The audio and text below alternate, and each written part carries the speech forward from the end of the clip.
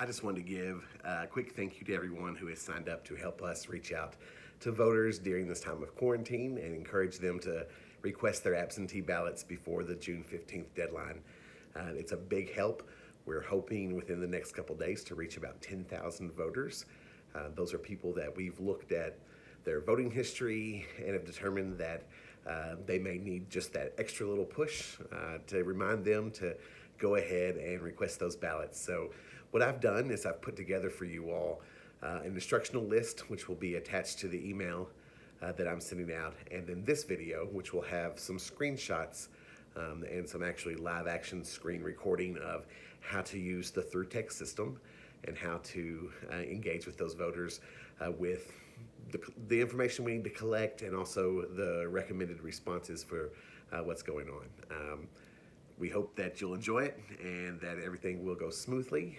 If not, that's okay. If you start doing it and realize that this is not for you, just let me know and we can reassign those voters to other folks in the text system. But I think you'll enjoy it. You'll get a few responses of people being very appreciative, but then you'll also get a few of folks who we have bad numbers for, and that might be going out to Republicans or people who don't support us, but you can ignore those. There's no reason to get upset. It's not coming from your number. It's coming from a number generated by the ThruText system. But I just wanted to say personally to each of you, thank you so much. We had quite a few people sign up to do this, so there is a waiting list of folks that we hopefully will get trained so that in the fall they can help with some texting efforts too. Campaigning looks differently now, and it's going to look different for a while. And so you all are the first wave with the county party of folks that will be using the system other than our interns who have used it in the past. So we're appreciative of any feedback that you might have about how useful it is and how easy it is to use. But with that, make sure to read the instructional sheet and also make sure to watch the rest of this video, which will have some instructions as well. And if you have any questions, you can always reach us at FayetteDemocratsKY@gmail.com.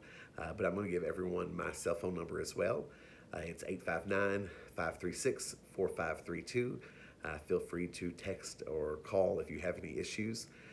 After you've signed up with the text I sent earlier, the link I sent earlier today, and are in the system, I will be going in tonight and tomorrow and assigning the voters to you all. So you'll get an email from ThruText about that so you can start. But with that, happy texting and thanks so much. Bye.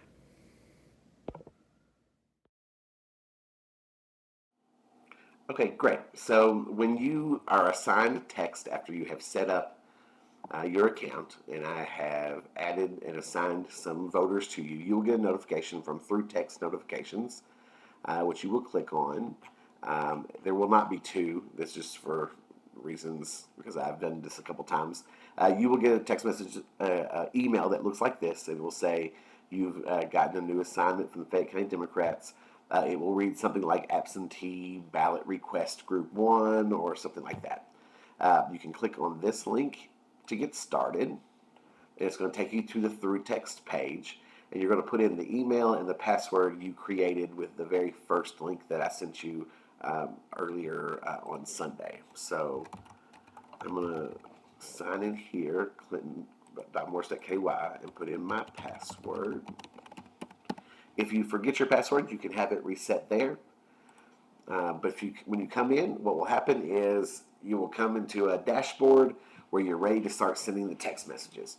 You will see all of the voters that you have been assigned over here on the right-hand side in the gray column.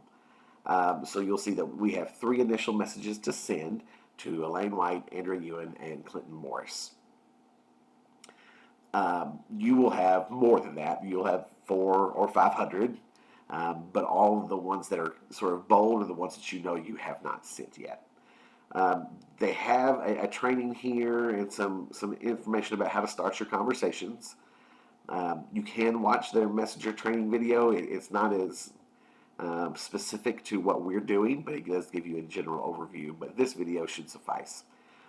For every voter, we have pre-populated an initial text that will include their name, their first name, and your first name, and identify you as a volunteer with the Fayette County Dems. And basically, it's just saying that we're texting folks to remind them that the deadline to request their absentee ballot for the primary election is June 15th, and to let them know that they can ask you if they need information about making the request. Over here under info, what you will have is information about how to respond once the voter has responded to your text. So you have to get those out first. So let's go ahead. It's already highlighted with a lane, and so you just have to hit this pink send button, and the message has gone out, and she's received the message, and you'll see that she disappears from the list over here. The next goes to Andrea. It has the same message. We'll go ahead and send that, and then it has me on here, so we'll go ahead and send that. Once you've sent, it'll show you that your inbox is 0. Now you might have to sit there and click send quite a bit to get through your 400 or 500, and you'll have some responses that start trickling in before then, but we just kind of wait now and see. So we've already gotten 2 responses, and I'm about to respond to one as well. And once the voter has responded, they'll pop back up into your blue, or I guess it's gray, area here on the left. And you will see Andrea has responded, Elaine has responded, and Clinton has responded. And there's a blue dot next to the name, so that's how we know it's a response instead of just sitting there to receive the initial text. You can sort these by most recent when they came in, by alphabetical, or by unread. And if you do that, you'll sort of be able to keep it based on sort of the workflow that you're working with. So, Andrea responded here in the text, already requested mine, thanks. So we want to record that information from Andrea. So we have 3 options over here. You have the survey option and the replies option. So for Andrea, we know that she's already requested. So here in this survey question, we're going to put that she has already requested or received her ballot. So we're putting that she's requested her ballot. Had she said already requested mine and sent it in, then we would hit returned, or if she said she was voting in person, we would select that. We're not going to select any of the canvas results because none of these apply. So she hasn't asked us not to text. She is not hostile in any way. She hasn't said she's not interested, or she hasn't told us it's a wrong number. But we want to make sure that she knows that we received her text. So we're going to go over here to reply. And you can see there's an option here. So what to do if the person says they've already requested. You can drop this down and you can see what the recommended response is. And you can click on this pink plus button, and it will populate that response here to be sent to Andrea. So it basically says, great, remember to return your ballot by June 23rd. You can put it in the mail, postmark by the 23rd, or drop it off at the drop-off location, and then it lists what the drop-off locations are for the different time periods. So we want to send that to Andrea so that she knows. And it's just a great reminder for her when she has to return her ballot. Andrea then drops down to the bottom of the list because we've already finished that conversation. Likely, you might think, okay, I'm done with this conversation. I've already put her data in. I've already replied. And you want to get it out of your queue over here. You can simply hit archive the conversation. And then it's going to tell you that you can archive it. You'll see that Andrea did respond, thanks. But we don't really have to respond after that point. So I'm going to archive that conversation so that she's out of the queue. And unless she sends us another text, I will be done with her. You'll see here that Elaine did respond, how do I do it? Which I think we could go ahead and say that we can mark her as she will request her ballot. But let's just give her some information about how she can do it. So come over here to replies. And you'll see there's an option here for what to do if they say they want more information. And it has the link for how they can request it online, and it also has the phone number of the county clerk's office. So we're going to pull that over here. It's going to populate at the bottom, and we're going to send that to Elaine so she knows how she can go about doing it, and that will be that. We're going to go ahead and archive Elaine's conversation because we think that we're done with it. You'll see here that I responded, take me off your list, and there's a good chance you're going to get some of those. Our numbers aren't always correct, and if that's the case, there are 2 things you can do. One, you can select the do not text so that we know in the future that is the case, but you'll also need to come up here to opt out. You're going to select that, and you're going to hit the opt out button. And that means that we are recording that this person no longer wants to receive text messages from us. You can put a message in there that says, oh, we're sorry, we'll take you off the list. You can do that if you think that that's important for them to know. But if it's the conversation is going, you don't think it's appropriate, you don't have to do that. We do have to pay for every text message we send out. I'm actually not going to opt myself out, but I would probably put on here, sorry to bother you, have a great day, and then opt them out. But if you have a feeling that another text would irritate them, then you don't have to send that. You will notice that Elaine did respond. Thank you. So it pops back up. There's no need to respond, so we can archive Elaine's conversation as well. I'm actually going to send another response so that you can see something else. One second. So let's imagine that I never sent take me off your list, and the initial thing that I received was, who should I vote for? Well, that probably is going to come after they've said, okay, yeah, I'll request it, or yes, I'll do whatever. So there's no need to mark that here in the survey question, and there's no need to mark anything here in the canvass results, but we do want to reply to that.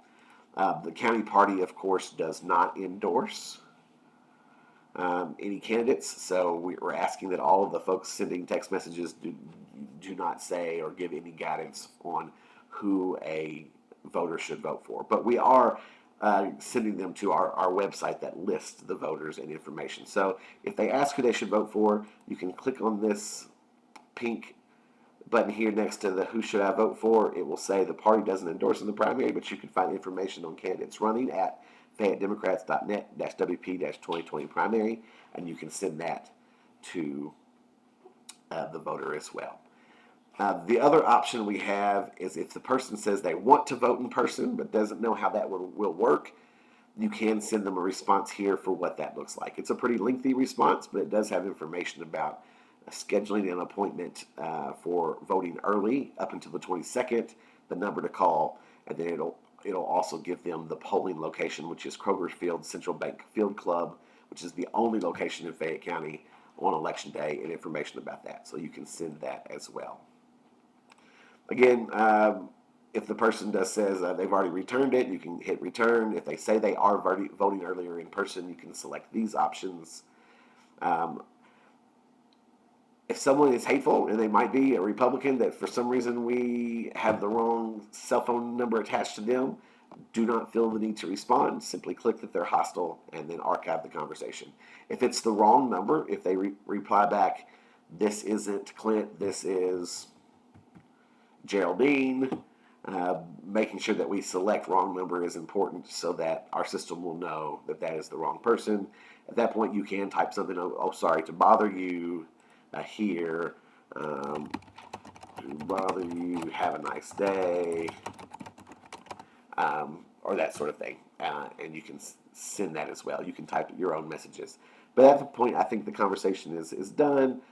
So we'll go ahead and archive that conversation. At that point, if you're not receiving any more text messages, your inbox will be zero. You can just keep it open and wait for a while to see if other text messages roll in, which they might if you're sending about 400 or 500. Or you can sign out. So you come over here under your name, you log out, and what will happen is you'll get a message from ThruText when you have messages to respond to. So earlier today, when I was testing this, someone texted while I was signed out, and I got this email that says you have new replies. So it's, look, you have 2 messages, and you can go in and click here to go back in and respond to those messages. You can only text in the system between 9 a.m. and 8 p.m.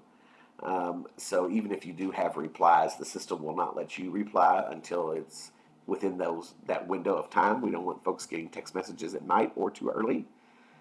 But other than that, it's pretty self-explanatory. After you get a few under your belt, you will find that it's easy and sort of fun, and a lot of folks will be appreciative of it and We're interested to see how many people have already requested, and that will help us know who to reach out to make sure that they return their ballots the week leading up to the election. So I'm going to go ahead and log out. If you do need to sign in, you will, like I said, you will get the links from your email, but you can also just go to fayettecounty.thrutext.io/login to access your account at any time. What we're suggesting is that you maybe set aside an hour and a half or so to get your initial text out, do some responding. If you want to come back later in the evening and respond, or the next day go through, just making sure that within maybe 24 hours we are responding to people with information about how they can get their ballots back. If for some reason you can't continue to do this, you can just leave them be. You can send me an email that says you can't finish responding, and I can reassign those text messages to someone else. Thanks.